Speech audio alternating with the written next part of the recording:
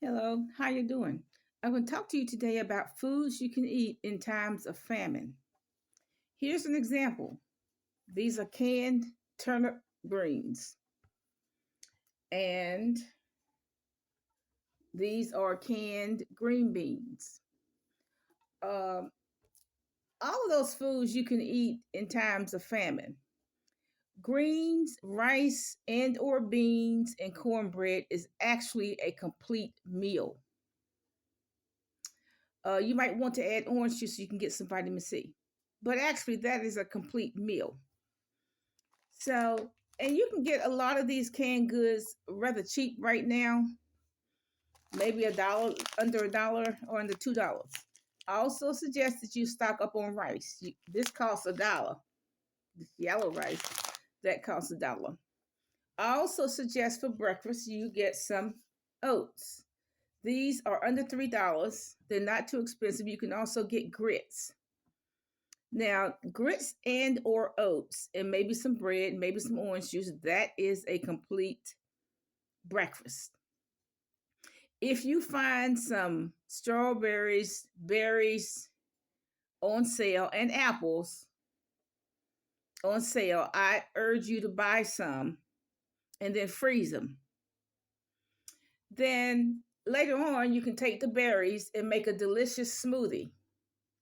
This has raspberries, strawberries. It may have blueberries in there, but I know it has raspberries and strawberries in there. And you blend that with one of those bottled juices, maybe cranberry apple or just cranberry. That will give you and your children, particularly children, an infusion of vitamin C. Because you cannot live, if you are in famine, you cannot just live off of meat and potatoes. The children in particular need vitamin C to perk them up and to keep them alert during class. So if you come across, buy one, get one free strawberries, raspberries, or blueberries, I urge you to buy them, freeze them, and then take one of those bottled juices like cranberry or apple juice or apple cider and make a smoothie. And that will give your children in particular an infusion of vitamin C. What else? Well, look, I got these on sale, buy one, get one free, these harvest snacks. And I also have almonds that were cheap, two for $6, get the third one free. Okay. I guess you can get some snacks. I don't recommend that you overwhelm your children's diet with salt because those are salty snacks. Okay. I don't recommend you give your children a lot of sugar. That's not really going to help them to have their sugar levels elevated with all these different cakes and things like that. Besides that, it will make them hyper. Okay, I'm sure you remember when back in the day when your kid was in kindergarten, everybody was buying those fruit snacks. Well, guess what? It made them hyper. Okay, so I don't suggest in the time of famine that you overload your children with artificial sugar, the crystal stuff, with candy, cakes, pies, and cookies. I don't suggest you do that.